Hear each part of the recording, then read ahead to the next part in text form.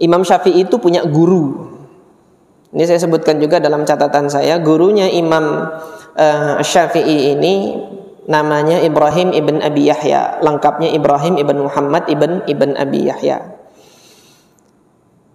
Ibrahim ibn Abi Yahya ini, sebagaimana disampaikan oleh Al-Imam Ahmad ibn Hanbal, kebid'ahan yang ada pada dirinya apa? Qadariyun.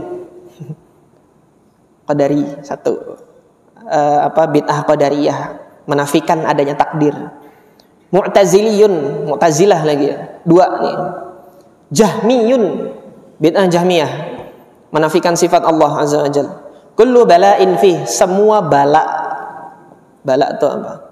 Musibah itu ada pada dirinya. Wa ma lana alla natawakkal 'ala Allah wa qad hadana subulana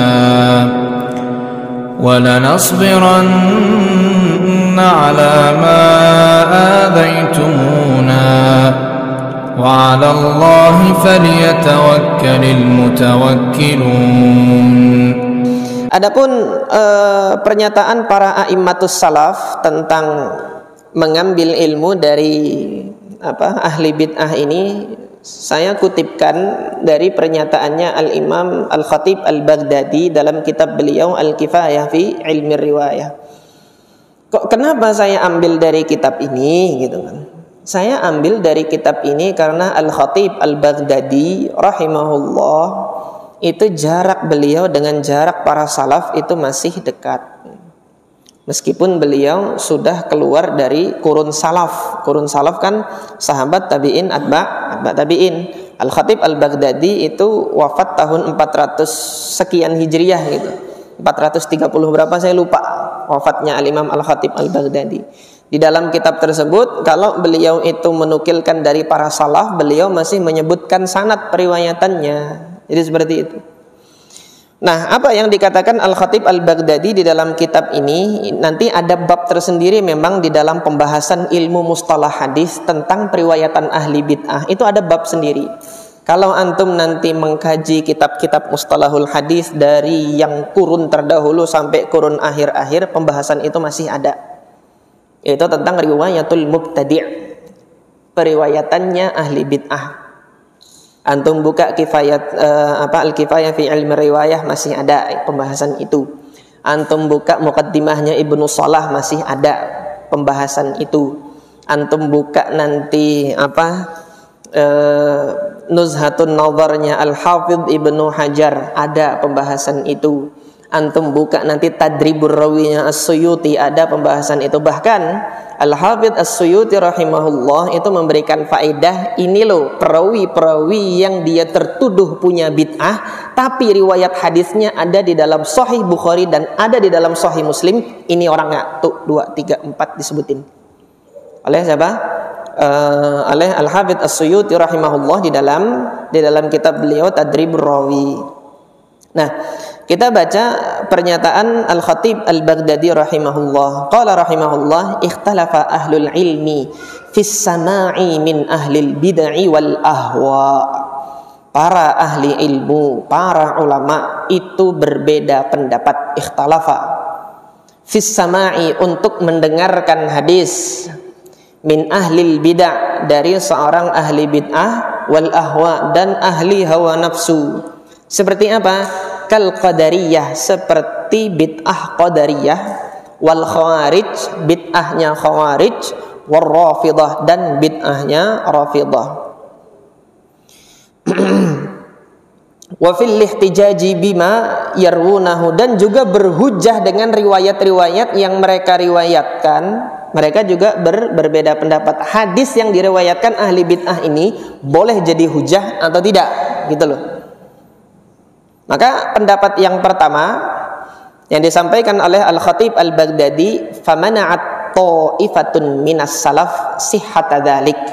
Sebagian golongan dari ulama salaf yang masih kurun 3 nih ya, masih kurun 3, melarang untuk meriwayatkan dari ahli bid'ah. Kenapa? Li'illatin annahum kuffar inda man dhahaba ila ikfaril muta'awwilin. Sebabnya karena mereka itu, para ahli bid'ah itu kafir. Dan riwayatnya orang kafir itu tidak diterima. Ini didasarkan pada mazhab yang mengkafirkan mereka yang melakukan takwil. Melakukan takwil itu melakukan alasan-alasan, tetap dia kafir gitu loh. Melakukan kekufuran, tetapi panjang lagi mazhabnya ini. Dia melakukan suatu kekufuran tetapi tidak berdasarkan dengan keyakinan dan keinginannya, tetapi dia memahami sesuatu yang salah dari ayat Al-Quran dan kemudian dia lakukan itu hingga dia kafir. Ini dia melakukan kekafiran, kafir gitu loh. Ini pendapat yang pertama. Wa fusaqun, atau kalau dia tidak kafir, fusaq, dia masuk ke dalam golongan orang-orang fasik. Indaman lam yahkum bi kufri muta'awwilin. Ini berdasarkan mereka yang tidak mengkafirkan seseorang yang salah paham terhadap Al-Quran maupun Sunnah.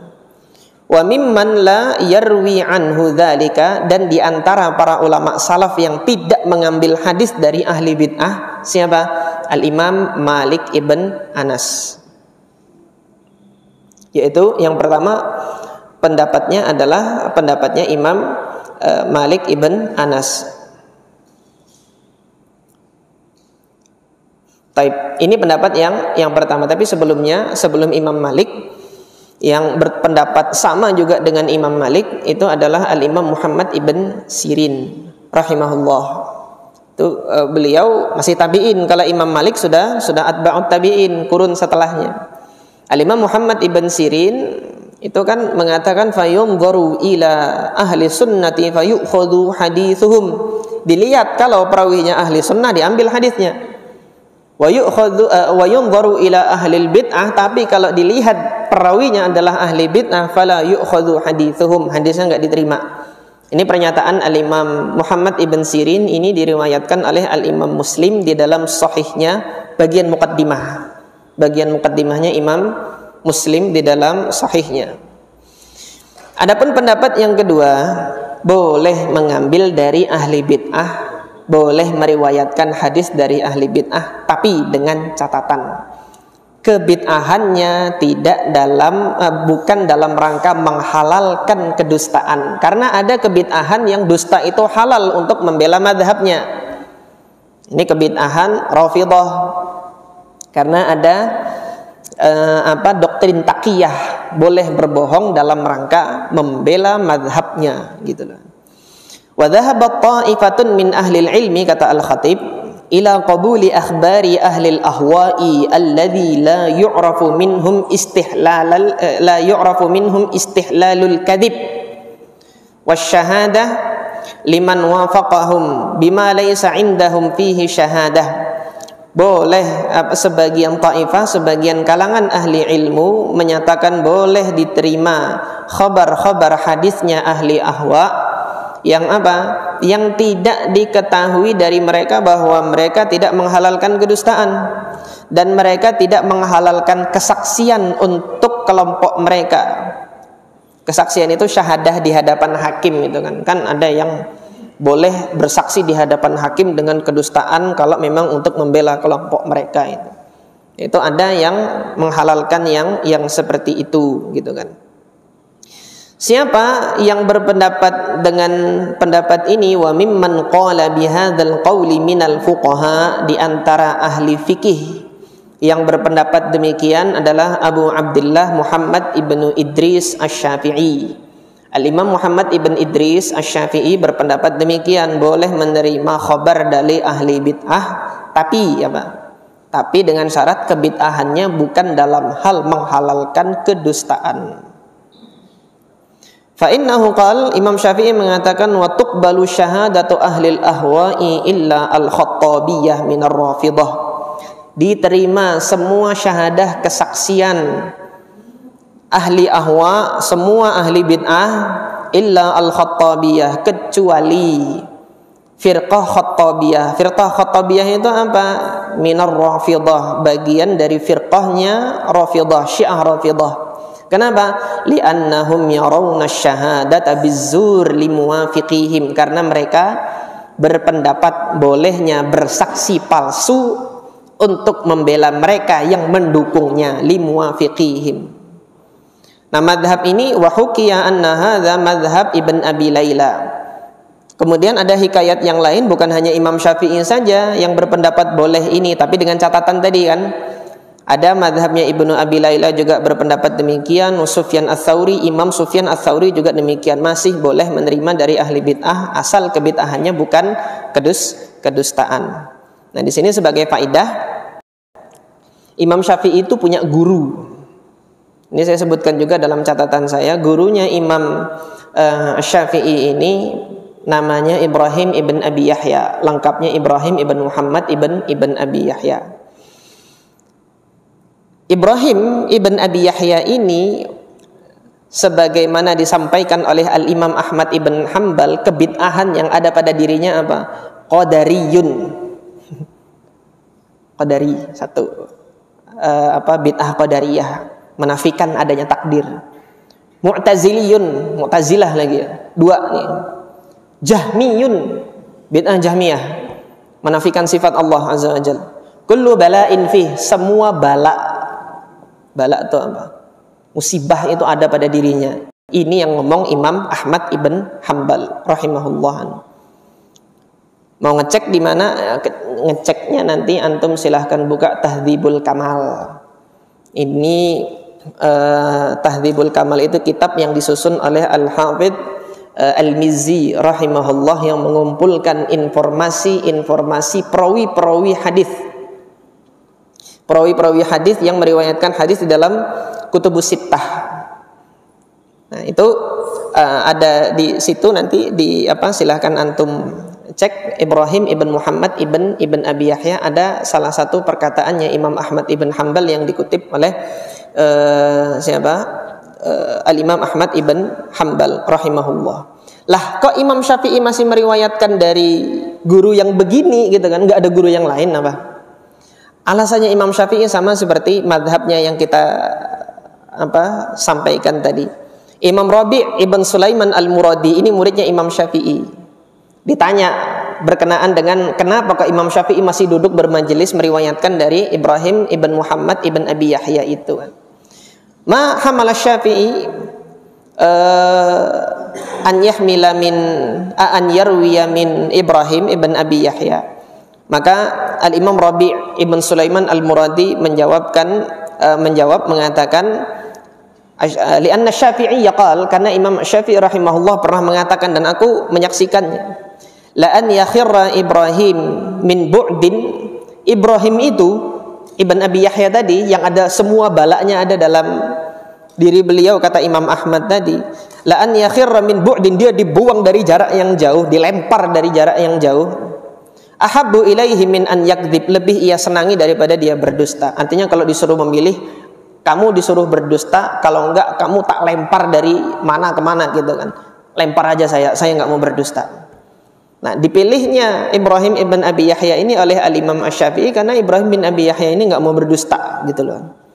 Dia enggak mau berdusta. Wa kana thiqatan fil hadis. Menurut Imam Syafi'i dalam hal periwayatan hadis dia thiqah, bisa dipercaya menurut Imam Syafi'i. Nah, tetapi ini saya sudah mencari tahu sepanjang yang saya telusuri ya di kitab-kitab Jarh wa Ta'dil, Ibrahim ibn Abi Yahya itu yang memberikan tausik dia tidak lemah dalam periwayatan itu memang hanya dua orang. Satu Imam Syafi'i, yang kedua adalah Al-Imam Abu Ahmad ibn Adi. Al-Imam Abu Ahmad ibn Adi itu punya kitab Al-Kamil fi Du'afa'ir Rijal. Kitab Al-Kamil fi Du'afa'ir Rijal ini mengumpulkan perawi-perawi yang dhaif. Masuk di dalamnya diantaranya adalah Ibrahim ibn Abi Yahya ini. Nah, itu di dalam komentarnya Imam Ibnu Adi, kedhaifannya Ibrahim ibn Abi Yahya itu bukan berasal dari Ibrahimnya, tetapi dia berasal dari orang yang mana Ibrahim bin Abi Yahya mengambil darinya, artinya gurunya, atau kedhaifan itu berasal dari muridnya yang meriwayatkan dari dia. Itu menurut siapa? Menurut Al-Imam Ibnu Adi. Nah, tentunya kalau pembahasan Jarh wa Ta'dil ini kita perlu majelis tersendiri memang. Ketika kami diajarkan oleh guru kami dalam pelajaran Jarh wa Ta'dil itu, semua perkataan a'immah itu harus dikumpulkan dulu. Terus dikelompokkan lagi mana yang mutasyaddid, yang dia tegas dalam jarh wa ta'dil itu, mana yang dia tengah-tengah. Imam Ibnu Adi termasuk yang tengah-tengah. Mana yang kemudian longgar di dalam menilai. Itu kan dosen kan ada yang kayak gitu, ada yang ketat, susah dapat nilai A sama dosen ini. Tapi ada yang sudahlah enggak apa-apa kasih A, itu longgar itu. Ada yang tengah-tengah, enggak bisa dikasih longgar, dan masing-masing di setiap tempat ada golongan-golongan